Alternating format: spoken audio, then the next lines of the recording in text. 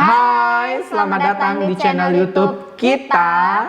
Terima kasih sudah klik video ini. Assalamualaikum warahmatullahi wabarakatuh, gengs. Salam sejahtera buat semuanya. Jadi, channel ini berisi tentang semua serial killer yang pernah terjadi di dunia. Nah, jika kamu pecinta cerita serial killer, kamu bisa subscribe video kita dan klik gambar lonceng yang ada di samping, agar kamu selalu tahu kalau kita update video terbaru. Nah, jadi gengs, hari ini kita akan membahas tentang pembunuhan berantai Hwasong. Nah, bagi kalian yang belum tahu ceritanya dan penasaran, yuk kita bahas. Pembunuhan berantai Hwasong ini adalah salah satu peristiwa terbesar yang pernah terjadi di Korea Selatan. Jadi gengs, kalian harus tahu kalau kasus pembunuhan ini tuh baru terungkap selama 33 tahun. Jadi apa sih Hwasong? Hwasong ini adalah kota kecil gengs yang berada di Jeonji yang memiliki pemandangan yang indah dan daerah pertanian yang luas. Namun, pada tanggal 15 September tahun 1986, warga Hwasong dikejutkan dengan penemuan mayat wanita. Sebelumnya, korban ini telah hilang geng selama 5 hari. Setelah diselidiki, korban bernama Lee yang berumur 71 tahun. Korban itu dicekek gengs dengan motif perampokan karena sejumlah uang korban ini hilang gitu. Nah kak, gak berselang seberapa lama, sebulan kemudian pada tanggal 20 Oktober 1986 ditemukan lagi mayat seorang wanita berumur 25 tahun. Yang mengerikan, jadi korban itu ditemukan dalam keadaan aneh. Dan tangan korban diikat ke belakang, celana dalam korban dipakaikan di kepalanya, mulutnya itu disumpal dengan stocking, dan seluruh tubuhnya terdapat banyak sayatan akibat gunting. Nah gengs, menurut kalian manusia atau setan sih yang kayak melakukannya ini sungguh tega sekali dan keji, Mengerikan gitu ya. mengerikan. Jadi aku tuh berpikir ini kayaknya manusia berwujud setan kali ya. Aku juga sependapat bahwa ini adalah manusia yang berwujud setan yang tanpa mempunyai hati nurani untuk menghabisi para korbannya. Iya benar banget. Nah geng, selain udah dibunuh, korban ternyata diperkosa dengan kejam. Berarti pelaku ini memiliki kelainan seksual yang suka dengan kekerasan. Serem juga ya. Serem banget. Nah kak, BTW korbannya ini ada lagi nih.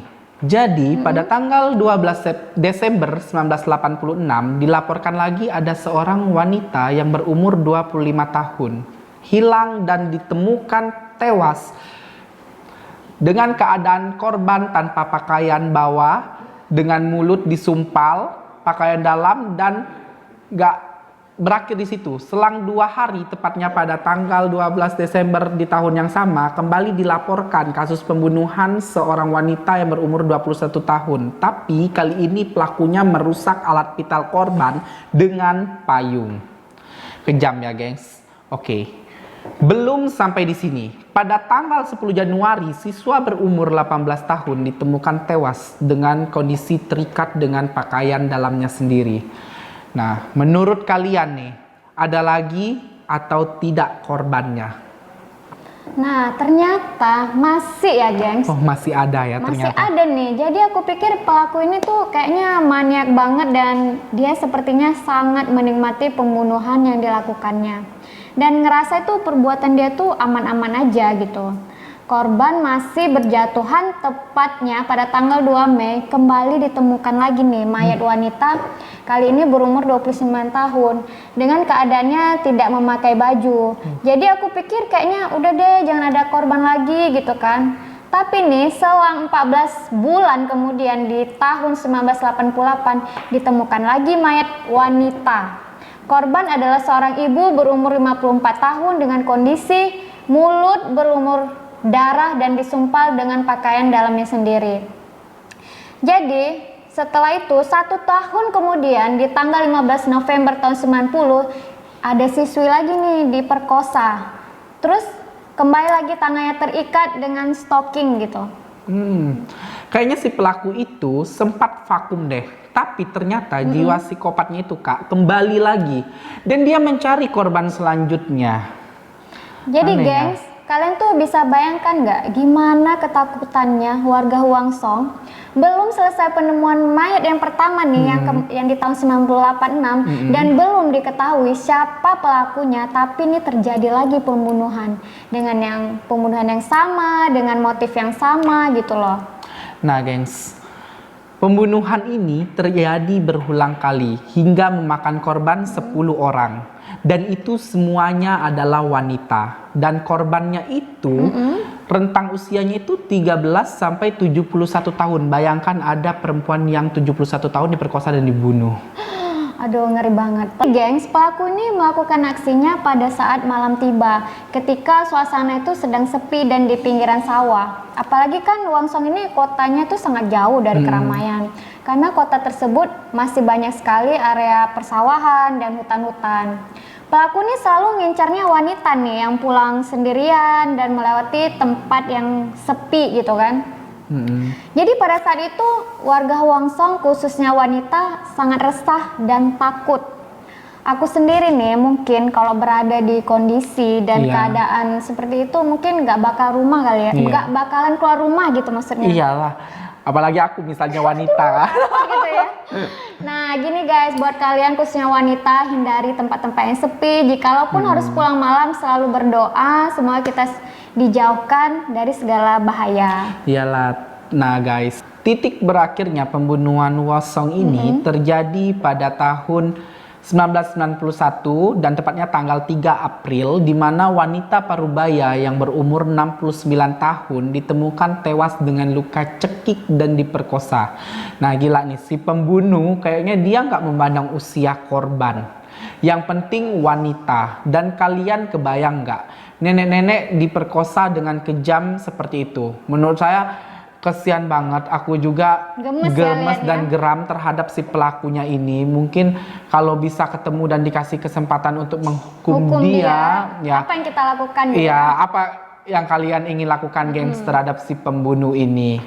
Nah, pembunuhannya ini pun terjadi dengan motif yang sama. Jadi pelaku itu hilang begitu saja kayak ditelan badai.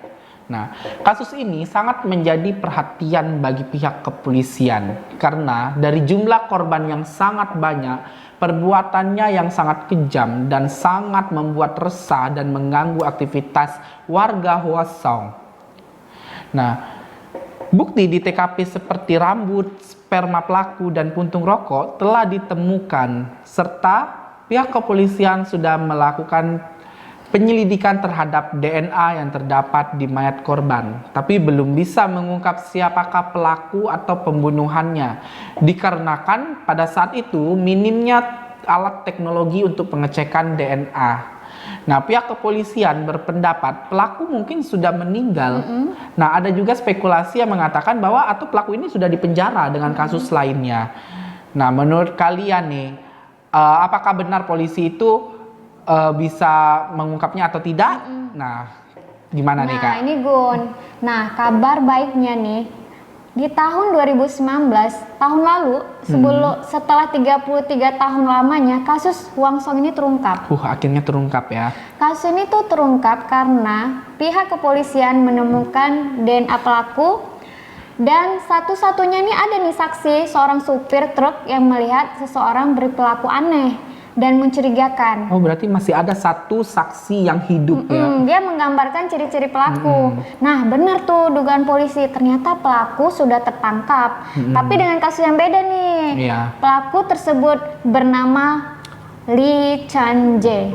Di tahun 94, pelaku ini telah melakukan pemerkosaan dan pembunuhan yang sadis dan kejam terhadap adik iparnya sendiri. Untuk kasus ini, pelaku dijatuhi hukuman seumur hidup.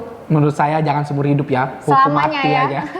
Jadi nih yang menariknya, Lee Chun-jae ini tidak bisa dijatuhi hukuman terhadap kasus pembunuhan berantai Huangsong yang terjadi di tahun 1986 ini, dikarenakan kasus tersebut telah cold case atau kadaluarsa. Jadinya kasus hukum yang tidak terungkap nih, dia mempunyai batas waktu yaitu 15 tahun lamanya.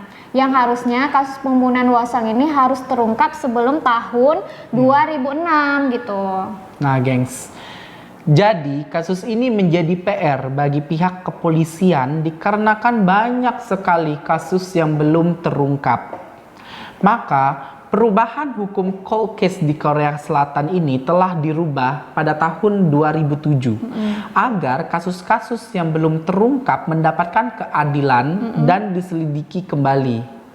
Nah, gengs, semoga saja Lee Chung Jae ini mendapatkan hukuman yang setimpal dan Bagi keluarganya dan bagi keluarga korban juga mendapatkan keadilan. Jadi korban menjadi, maksudnya keluarga korban menjadi tenang gitu ya. Jadi kita lihat saja apa yang akan dilakukan oleh pemerintah Korea Selatan terhadap kasus kadaluarsa ini. terhadap kasus Lee Chung Jae ini. Nah, semoga bisa mendapatkan keadilan lah untuk kita semuanya, khususnya warga Hwasong itu sendiri. Amin. Nah, terima kasih guys sudah nonton video kita sampai akhir. Ya. Kalau kalian suka dengan video kita, jangan lupa subscribe, like, dan komen di bawah ya. Nah, kalian juga bisa nih request mau kita bawakan cerita Serial kasus killer pembunuhan apa gitu. ke apa. Jadi semoga sajalah kita Bisa ketemu kembali.